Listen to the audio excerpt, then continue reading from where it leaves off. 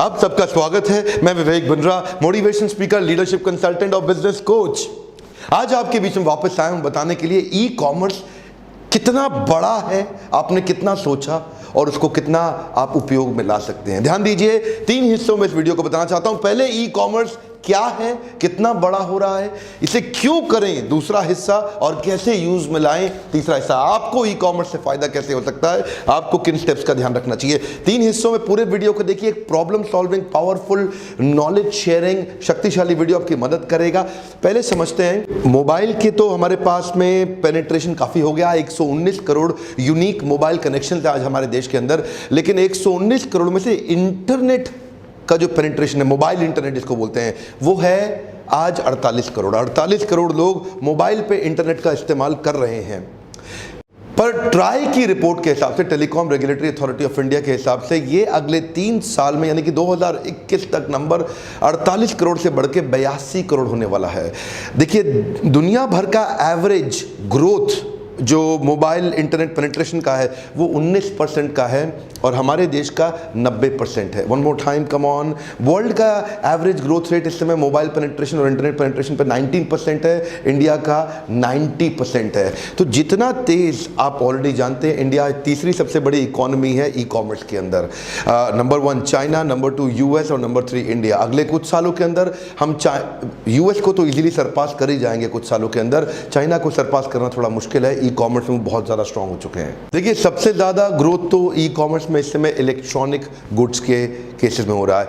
47% हर साल electronic goods का cell purchase अपने आप बढ़ जाता है, जिसमें मोबाइल्स भी आ जाते हैं, जिसमें तरह तरह के इलेक्ट्रॉनिक गैजेट्स आ जाते हैं, लैपटॉप, डेस्कटॉप, एक्सेट्रा एक्सेट्रा। और दूसरी तरफ अपैरल के अंदर, यानी कि कपड़े भी अब जो है ना, लोग जाके दुकान पे खरीदना पसंद नहीं कर रहे हैं।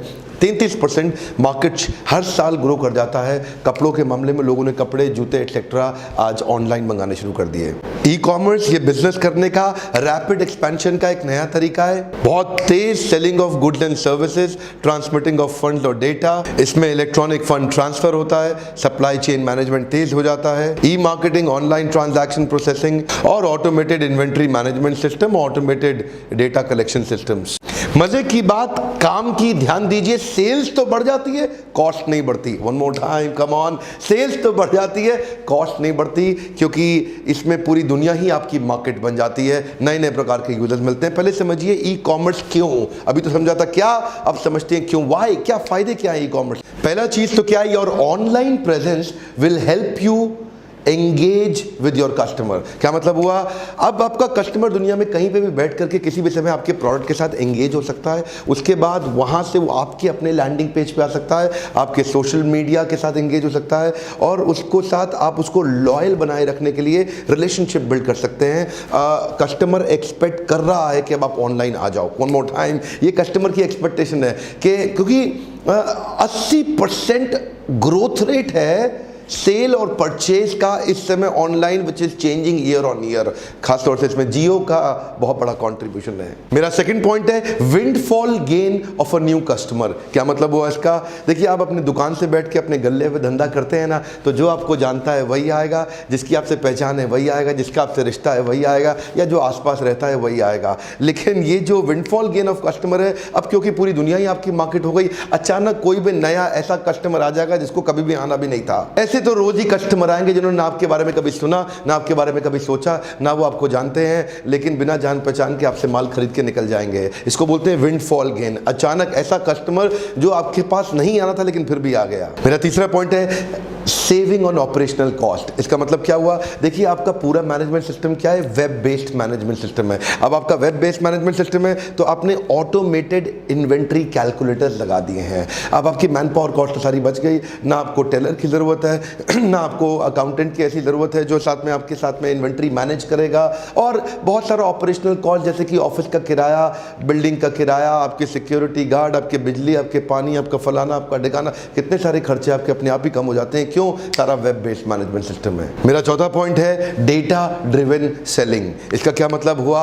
इसका मतलब हुआ कि कस्टमर, जब आपके पास ट्रेडिशनल दुकान है ना, ट्रेडिशनल दुकान में कस्टमर आया, आपको पता नहीं चलता कि क्या खरीदता है क्या नहीं खरीदता। वहां पे परसेप्शन है आपके मन में कि मैं इसको ये बेचूं कि ये बेचूं कि ये दिखाऊं कि ये दिखाऊं, वो मैनुअल है। लेकिन यहाँ पे ई कॉमर्स सेटअप करने के बाद आप परसेप्शन बेस्ड ऑफरिंग नहीं करते, डेटा ड्रिवन ऑफरिंग करते हैं। इसका मतलब क्या हुआ? आप अपने कंज्यूमर की बाइंग हैबिट्स को डेटा के माध्यम से प्रेडिक्ट कर सकते हैं और उसको सही प्रोडक्ट को पोजीशन कर सकते हैं। ज़रूरत क्या है आपको? एक डिजिटल मार्केटिंग की टीम एस्टैब्लिश करना और जो आपके प्रोडक्ट को एक्चुअल पोजीशन करे। उससे क्या होता है? वो बाइंग हैबिट्स और बाइंग बिहेवियर को पढ़ के आप उसको रीसेल कर सकते हैं उसी प्रोडक्ट को। आपके पास कस्टमर का नेम है, उसका मेलिंग एड्रेस है, उसका ईमेल एड्रेस है, उसका फ़ोन नंबर है। इसका मतलब आपके पास 3-4 अलग अलग तरीके हैं उससे कम्युनिकेट करने के और रिलेशनशिप को गाढ़ा बनाने के। तो आज जिसके पास डेटा है वही सबका दाता है। दाता सुनते हो ना प्रभु? वही सबका दाता है, वही सबको चलाता है। इसलिए ये डेटा ड्रिवन सेल्स आसान कर देता है आपकी जिंदगी। मेरा 5वां पॉइंट है digital branding is fast and cost effective. इसका क्या अर्थ हुआ?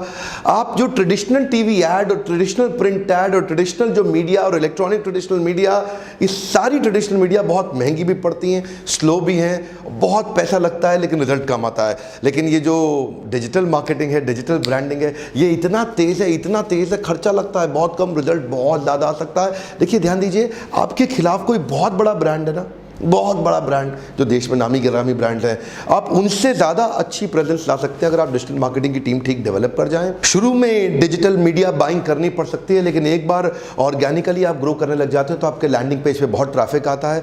और ये जिन्होंने करोड़ों रुपया खर्च करके अपना ब्रांड एस्टैब्लिश किया ना, अगर आपकी कीवर्ड और पोजिशनिंग और डिजिटल सेंस और अंडरस्टैंडिंग आपकी टीम का अच्छा है तो 5-7 लोगों 10 लोगों की टीम के साथ में आप बड़े बड़े ब्रांड्स को बीट करने के लिए तैयार हो सकते हैं। मेरा 6th पॉइंट है digital sales pitching versus physical sales pitching. आपके ट्रेडिशनल स्टोर के अंदर आपको फिजिकल मैन पावर की जरूरत पड़ती है जिसमें ह्यूमन एरर का चांस हमेशा रहता ही है, लेकिन डिजिटल सेल्स पिचिंग के अंदर आप एक बार में perfect maximum as much as needed सारी इंफॉर्मेशन दे सकते हैं। अब तो ह्यूमन इंटरवेंशन की आवश्यकता नहीं, आपके आदमी को खड़े कर आके समझाने की बार बार आवश्यकता नहीं, मैन पावर की कॉस्ट खत्म हो गई इसके अंदर आपकी। लेकिन एक बात और है, आप इसके अंदर चाहे अपने पॉजिटिव रिव्यूज के पास उसको लेके जाना चाहते हैं वो लेके जा सकते हैं, अनलिमिटेड इंफॉर्मेशन दे सकते हैं, शिपिंग चार्जेस की डिटेल्स दे सकते हैं, डिस्क्रिप्शन के अंदर कंपनी के बारे में सारी इंफॉर्मेशन दे सकते हैं, और वो सारा विजुअल इंफॉर्मेशन आपके कस्टमर को एंगेज करने में, परफेक्शन के साथ पोजिशनिंग पिचिंग करने में बहुत मदद करता है। मेरा 7th पॉइंट है remarketing and retargeting in a बाउंड्रीलेस market. इसका मतलब क्या है? कोई ज्योग्राफिकल बाउंड्री तो है नहीं, it's a barrier free sales. कहीं पे भी किसी को भी किसी भी समय कभी भी कोई आपकी साइट पे आया, क्लिक किया, ऐड टू कार्ट डाला लेकिन लिया नहीं। अब क्या हो गया? आपके पास डेटा आ गया उसका, अब आपके पास उसकी डिटेल्स आ गई। अब आपका जब मन करे, जो आपके पास नया प्रोडक्ट आया, जो आपके पास बढ़िया एक्साइटिंग डील आई, आप फट से ईमेल भेज दीजिए, आप फट से उसको फिर पोजीशन कर दीजिए। अब वो जहां जहां जाता है, जिस जिस साइट पर जाता है, आप गूगल के कई सारे ऐसे फीचर्स हैं जिनके द्वारा आप अपनी व्यूअरशिप विजिबिलिटीज को बार बार दिखा सकते हैं। रीमार्केट और रीटारगेट ये बड़ा प्रॉफिटेबल तरीका है, ये फिजिकल स्टोर्स में आप नहीं कर सकते। अगर आपके मम्मा चाचा दादा की दुकान पे कोई अंकल जी आए थे, आके चले गए, आप उनको कहाँ ढूंढोगे? अंकल किधर गए, अंकल किधर गए, इसमें ढूंढ लोगे। इसलिए ई कॉमर्स में जिन लोगों को उसका इस्तेमाल करना आता है वो बड़े बड़े ब्रांड्स को ठोक रहे हैं, उनसे आगे निकलते जा रहे हैं। क्विकली मेरा 8वां पॉइंट है 24/7 पोटेंशियल रियल इनकम। क्या मतलब हुआ इसका? कोई भी फिजिकल स्टोर आप खोलते हैं उसके साथ में एक फिजिकल टाइम लिमिटेशन बाउंडेशन होती ही है। अगर आप कितने भी मेहनती क्यों ना हो, आप सुबह 7 बजे भी खोल के रात को 11 बजे तक ही खोल सकते हैं मैक्सिमम। कितना काम कर लेंगे, कितना 18 घंटे गल्ले पे बैठेंगे आप, क्यों? अब इतने बड़े चवन्नी लाल है। देखिए ये तरीका अलग है। ये तरीका क्या है? आपका फेसबुक ऑटोमेशन हो जाएगा, वो ट्रैफिक अट्रैक्ट कर करके सारी दुनिया से ला करके आपके प्लेटफॉर्म पे ले आएगा, आपके लैंडिंग पेज पे ले आएगा, आपके ई कॉमर्स इंटीग्रेटेड। तो आप किसी भी समय कभी भी दुनिया के किसी भी देश में उनके टाइम जोन के हिसाब से वो रात को आके आपका माल खरीद के चला गया, आपकी इनकम इनकम होती रहती है। मेरा अगला पॉइंट है इंटरनेशनल प्रॉफिटेबल स्केलेबिलिटी। इसमें 3 बातें बड़ी कमाल की हैं। एक पहला वर्ड क्या है? इंटरनेशनल, यानी कि बहुत तेजी के साथ आप पूरी दुनिया में फैल सकते हैं। दूसरा तरीका क्या है? प्रॉफिटेबल। प्रॉफिटेबल क्यों? क्योंकि मार्जिन आप तय कर सकते हैं, आपकी मर्जी से ही आप इनसेन प्रॉफिट पे भी काम कर सकते हैं। और स्केल अप करना विदाउट फिजिकल स्टोर बहुत ईजी हो जाता है, क्योंकि आज आप फिजिकल स्टोर खोलते हैं तो आपको किराए पे लेना है, अपनी ज़मीन लेनी है, अपना ऑफिस लेना है, बिल्डिंग बनाना है, ईंट रोड़ी पत्थर बदरपुर बनाओ, तैयार करो, डिज़ाइन कराओ, उसको बुलाओ, इतना स्केलेबल ड्रिवन कॉस्ट होता है। ये सारा over international profitable scalable model. मेरा अगला पॉइंट है affordable employees and affordable IT infrastructure. पहले अफोर्डेबल एम्प्लॉइज समझते हैं। इस बिजनेस के अंदर आप वर्चुअल ऑफिस से काम करा सकते हैं, आपको एक्चुअल ऑफिस तो चाहिए नहीं। अब मान लीजिए आप दिल्ली या मुंबई में काम करते हैं, जहाँ कॉस्ट ऑफ लिविंग ज़्यादा है, कॉस्ट ऑफ मैन पावर ज़्यादा है, जहाँ पे कॉस्ट ऑफ इंफ्रास्ट्रक्चर ज़्यादा है, जहाँ पे ऑफिस स्पेस पर वर्क स्टेशन कॉस्ट ज़्यादा है। आपको चिंता नहीं करनी, आप फ़ोन करें भागलपुर में, वहाँ पे एम्प्लॉयज़ को एंगेज करें जो पढ़े लिखे हैं। बिहार में आप जाइए, आप यूपी में जाइए, ईस्टर्न वेस्टर्न, या आप चले जाइए किसी और रिमोट लोकेशन, किसी छोटी जगह पर जहाँ पर एक पढ़ा लिखा इंजीनियर मिल जाता है, वो वर्क फ्रॉम होम करना चाहता है, उसको वहीं से एंगेज करिए, उसकी सैलरी कॉस्ट कम हो जाती है और ऑफिस एडमिनिस्ट्रेटिव कॉस्ट अपने आप खत्म हो जाती है। दूसरी तरफ रेडीमेड आईटी इंफ्रास्ट्रक्चर होते हैं, उसकी कॉस्ट भी कम। क्यों कम? क्योंकि अमेजॉन ने मार्केट प्लेस सेलिंग के लिए पूरा इंफ्रास्ट्रक्चर क्रिएट किया हुआ है, फ्लिपकार्ट ने किया हुआ है, ईबे ने किया हुआ है, बाकी सब ने भी किया हुआ है। ये मार्केट प्लेस सेलिंग के अंदर इंफ्रास्ट्रक्चर, आईटी डेवलपमेंट सब हो चुका है, तो दोनों तरफ कॉस्ट खत्म, यानी कि ऑफिस स्पेस की कॉस्ट भी खत्म और एम्प्लॉय हायर करने की कॉस्ट बहुत कम। मेरा अगला पॉइंट है fast order processing despite huge market place. देखिए इसमें 2 बातें हैं। एक कि आप ऑर्डर प्रोसेसिंग तेज कर सकते हैं, दूसरा तब भी जब मार्केट प्लेस बहुत बड़ी हो। अगर आपका फिजिकल स्टोर है, वहाँ पे आपके पास 10 लोग आ गए तो 9 को लाइन पे खड़ा होना पड़ेगा, उनको वेट करना पड़ेगा, उनको रुकना पड़ेगा, जब तक आप फ्री नहीं होंगे आप उनको अटेंड नहीं कर सकते। लेकिन ई कॉमर्स में क्या है, आप 10 की जगह 100, 100 की जगह 1000 की जगह 10,000 आ जाए तब भी आप फट से काम कर लेंगे। फास्ट प्रोसेसिंग है पहला चीज़, और दूसरा लोग बड़ी मार्केट स्पेस में ही आना चाहते हैं। आपकी अकेले की दुकान पे लोग आना भी नहीं चाहते, लोग वहाँ जाना चाहते हैं जहाँ पे पूरा बड़ा बाजार लगा हुआ है, और वहाँ पूरा बड़ा बाजार यानी कि बड़ा मार्केट प्लेस है जहाँ पे अलग अलग प्रकार के लीडर्स और डीलर्स दोनों आए हुए हैं। अच्छा, इसके अलावा मैं कुछ चैलेंजेस, कंसर्न्स, कुछ प्रॉब्लम्स भी शेयर करना चाहता हूं कि ई कॉमर्स के बिजनेस में कुछ तकलीफें भी आती हैं, सब कुछ अच्छा ही नहीं है, कुछ तकलीफें भी आती हैं जो कि हर समय आती हैं। और इसके बाद मैं एक पार्ट 2 वीडियो बनाऊंगा जिसमें आपको शेयर करूंगा कि आप किन स्टेप्स को फॉलो करें ई कॉमर्स पे अपना नया बिजनेस स्टार्ट करने के लिए। तो आज क्विकली पहली तकलीफ, अगर साइट क्रैश हो गई तो फिर आप सेल्स कर ही नहीं सकते, क्योंकि आप थर्ड पार्टी पर डिपेंडेंट है, उनकी साइट पे आप प्रोडक्ट अपना सेल कर रहे हैं, और अगर उनकी साइट क्रैश कर गई तो आपकी सेल अचानक रुक जाएगी। दूसरा point, quickly customer can try before they buy. इसको थोड़ा सा आपको ध्यान रखना पड़ेगा, कुछ ऐसा एक्सपीरियंस क्रिएट करना पड़ेगा वहाँ पे कि उनको बिना ट्राई करे भी खरीदने की इच्छा जागृत हो जाए। अगर आपको ये डिजिटल मार्केटिंग की टीम, आपकी ब्रांड की, आपकी ग्राफिक्स की, आपकी एनिमेशन की टीम अगर ये तैयार कर सकी तो फ़ायदा होगा, नहीं तो ये डिसएडवांटेज है जो कि कस्टमर पहले ट्राई करता है फिर बाय करता है। तीसरा पॉइंट है customer can be impatient if there is limited information. इसका मतलब क्या है? Customer can be impatient if there is limited information. Customer कुछ पूछना चाहता है, जानना चाहता है, फिजिकल स्टोर पे वो पूछता है, तुरंत आंसर मिल जाता है। लेकिन अगर आप एक आर्टिफिशियल इंटेलिजेंस बेस्ड चैटबॉट बना लेते हैं जिसमें वो कुछ भी पूछे उसको तुरंत आंसर मिल सके, वो कुछ भी बात करे उसको लाइव एक्सपीरियंस मिल सके, उसके हर क्वेश्चन का आंसर मिल सके, तो ये आपकी सेल्स की कन्वर्जन को बढ़ा सकता है, अन्यथा ये बड़ा डिसएडवांटेज है। अगला पॉइंट है shipping delays can be irritating. हाँ, अब देखिए अमेजॉन तो इसमें तेज हो गया अपने प्राइम मेंबर के साथ में, जिसके कारण उसने बहुत बड़ा ऐसा कस्टमर बेस रिटेन कर लिया जिसको ओवरनाइट शिपिंग तुरंत कर देता है। नहीं तो ये एक बारी कई बारी मैं देखता हूँ कि कंसर्न बन जाता है कि आपने ऑर्डर किया, 3 दिन बाद पता चला कि जी ऑर्डर आएगा ही नहीं, कुछ तकलीफ हो गया या गलत आ गया या और लेट हो गया, 3, 4, 5, 6 दिन लग गए, टियर 2, टियर 3 सिटी के बियॉन्ड और ज़्यादा समय लग गया। तो ये छोटी सी लिमिटेशन है जिस पे काम किया जा रहा है। बड़े ब्रांड्स, बड़े मार्केट प्लेसेस भी काम कर रहे हैं और आप भी इसके लिए कोई एक गेम चेंजिंग आइडिया ला के इस डिसएडवांटेज को बीट करिए, नहीं तो ये थोड़ा सेल्स को रोकता है। मेरे अगले पॉइंट पे 2 बातें हैं, constant upkeep of technology and inventory. Technology भी बदलती रहती है और इन्वेंट्री भी बदलती रहती है। इन्वेंट्री यानी कि जो बाहर आपका जो माल पड़ा है वो हमेशा जब भी ऑर्डर किया उससे पहले हमेशा अवेलेबल होना ज़रूरी है, और टेक्नोलॉजी यानी कि जो आपके अपने सॉफ्टवेयर्स हैं, उसमें भी कांस्टेंट अपग्रेडेशन की ज़रूरत पड़ती है। बार बार कंपटीशन नई टेक्नोलॉजी की मदद से आपको काटेगा, आपको मारेगा, आपको तंग करेगा। इसलिए ये दोनों छोटे से डिसएडवांटेज की तरह हैं कि इस पे आपको ध्यान देना है, या डिसएडवांटेज कह लें या ये एक प्रिपरेशन के मेजरमेंट्स कह लें, क्योंकि प्रिपेयर नहीं करोगे तो रिपेयर करना पड़ेगा। फिर अगला पॉइंट है high competition, low margin and market place fee. इसमें 3 बातें हैं, क्योंकि कंपटीशन बहुत ज़्यादा तो कभी कभी आपको मार्जिन कम करना पड़ता है, लेकिन मार्जिन तो कम करना है, लेकिन साथ साथ मार्केट प्लेस, यानी कि अगर आप अमेजॉन के साथ हैं, आप फ्लिपकार्ट के साथ हैं, आप ईबे के साथ हैं, आप किसी और के साथ हैं, आपको उनकी फीस भी देनी पड़ेगी। ऑफकोर्स एक अच्छी बात क्या है, माल बिकेगा तभी फीस जाएगी, नहीं बिकेगा तो नहीं जाएगी। लेकिन आपके फिजिकल स्टोर के अंदर माल बिकेगा तो भी फीस जाएगी, माल नहीं बिकेगा तो भी जाएगी, क्योंकि फिजिकल स्टोर में तो आपके फिक्स्ड इंफ्रास्ट्रक्चर कॉस्ट है ही। यहाँ पे ऐसा नहीं है, माल बिकेगा तभी फीस देनी पड़ेगी, पर हाँ देनी ज़रूर पड़ेगी।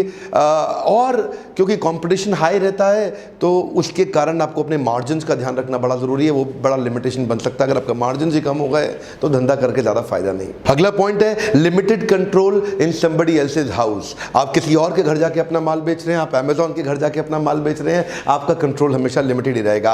अमेजॉन की या फ्लिपकार्ट की या ईबे की, सबकी एक ही मंशा है कि वो आपको प्रमोट नहीं कर रहे, आपके प्रोडक्ट को प्रमोट कर रहे हैं। वो आपके साथ ब्रांड एंगेजमेंट, कस्टमर के साथ उनका कोई मतलब नहीं। उनको है कि वो जितना दिखाना चाहेंगे उतना दिखाएंगे, जितना छुपाना चाहेंगे उतना छुपाएंगे, आपके बारे में नहीं बताना चाहें तो नहीं बताएंगे। आफ्टर ऑल कस्टमर आपका नहीं है, उनका है। One more time, come on, after all customer आपका नहीं है, उनका है। और अल्टीमेटली कस्टमर उनके लिए ज़्यादा लॉयल हो जाता है, आपके लिए नहीं। वहाँ पे उनकी दुकान के अंदर आपका माल बिक रहा है या आपकी दुकान में आपका माल नहीं बिक रहा। ये छोटा सा एक लिमिटेशन है, क्योंकि अपना खुद का इतना बड़ा इंफ्रास्ट्रक्चर बिल्ड करना थोड़ा मुश्किल होता है, लेकिन शुरुआत में it is a great experience. फिर भी ट्राई किया जाना चाहिए कि हम बड़ी मार्केट प्लेसेस में जाके बड़े वॉल्यूम्स की सेल्स करके लोगों के साथ एक्सपीरियंस और उनके फीडबैक और उनके डेटा को कलेक्ट कर लें। बहरहाल मैंने आपसे चर्चा किया ई कॉमर्स क्या है, उसको क्यों करना चाहिए, उसमें क्या तकलीफें हैं, क्या फायदे हैं, क्या नुकसान है और कितना बड़ा हो सकता है, इससे आपको कितने फायदे हो। लेकिन अब आपके मन में क्वेश्चन आ रहा होगा क्या स्टेप्स का आपको ध्यान रखना चाहिए ई कॉमर्स का नया बिजनेस सेटअप करने के लिए। मैं अगले वीडियो में आपको बताऊंगा 10 स्टेप्स के अंदर आप क्या कर सकते हैं अपने आप को ई कॉमर्स प्लेटफॉर्म पर ले जाइए। Knowledge emanating, knowledge sharing, free problem solving university videos हैं जिससे लोगों की बहुत मदद होती है। मैं आपको रिक्वेस्ट करना चाहता हूं इनको शेयर जरूर करिए, आसपास, अपने आसपास देखिए किस किस को मदद हो सकती है। कुछ नहीं तो नॉलेज एमिनेट करिए ताकि लोगों में अवेयरनेस बिल्ड हो सके। आप बिना ई कॉमर्स के लंबा चल ही नहीं सकते। देश बदल रहा है, दुनिया बदल रही है। 2021 तक 85 करोड़ लोग होंगे इंटरनेट मोबाइल यूजर्स। इसका मतलब क्या है, ई कॉमर्स का बहुत बड़ा बूम आने वाला है। तैयारी करिए और अगले वीडियो का इंतजार करिए। लीडरशिप फनल में भी मैं एक फ्रेमवर्क देता हूं जिसमें वो प्राइवेट फ्रेमवर्क होता है, वो प्राइवेट वीडियो होता है जो लीडरशिप फनल में पार्टिसिपेंट्स आते हैं उनको मैं देता हूं, जिसमें मैं बताता हूं कि हम टेक्नोलॉजी का इस्तेमाल करके स्केलेबिलिटी के अंदर इनसेन प्रॉफिट कैसे बिल्ड करें। कम ऑन, कैसा प्रॉफिट, इनसेन प्रॉफिट। देखिए छोटे मोटे मार्जिन के साथ काम आप करते रहिए, आप ही करिए, मुझे उससे मतलब नहीं। लेकिन अगर आप बड़ा करना चाहते हैं, अपने मार्जिन को बिल्ड करना चाहते हैं, आप कुछ बाउंड्री लेस थिंकिंग के बारे में सोच रहे हैं, आइए आकर के मुझसे क्वेश्चन आंसर करिए। आपके क्वेश्चन बहुत महत्वपूर्ण है मेरे लिए, मैं आपके हर क्वेश्चन का आके आंसर करता हूं। इसी नंबर पर फोन करिए, हमारे काउंसलर को पूछिए कि अगला बैच कब और कहां हो रहा है लीडरशिप फनल का। मैं कई शहरों में जा रहा हूं, दिल्ली मुंबई के अलावा भी 1-2 शहर हमने और सिलेक्ट किए हैं जहां हम आकर के लीडरशिप फनल करने वाले हैं। नीचे डिस्क्रिप्शन में आप चेक करेंगे बाउंस बैक सीरीज के एक low cost low ticket size के मेरे इवेंट्स अब पूरे देश भर में हो रहे हैं। अगर आप लीडरशिप फनल में नहीं आ पाए तो आप डिस्क्रिप्शन में जाइए, लिंक पे क्लिक करिए, चेक करिए और कमेंट बॉक्स में जरूर लिखिए कि मैं कौन से शहर में आके, आपके शहर में आके बाउंस बैक सीरीज का इवेंट करूं। चैनल को सब्सक्राइब करने और करवाने के लिए, बेल आइकन को हिट करने के लिए, वीडियोस को उत्साह बढ़ाने और लाइक करने के लिए हर बार की तरह इस बार भी आप सबका प्रेम पूर्वक बहुत बहुत धन्यवाद।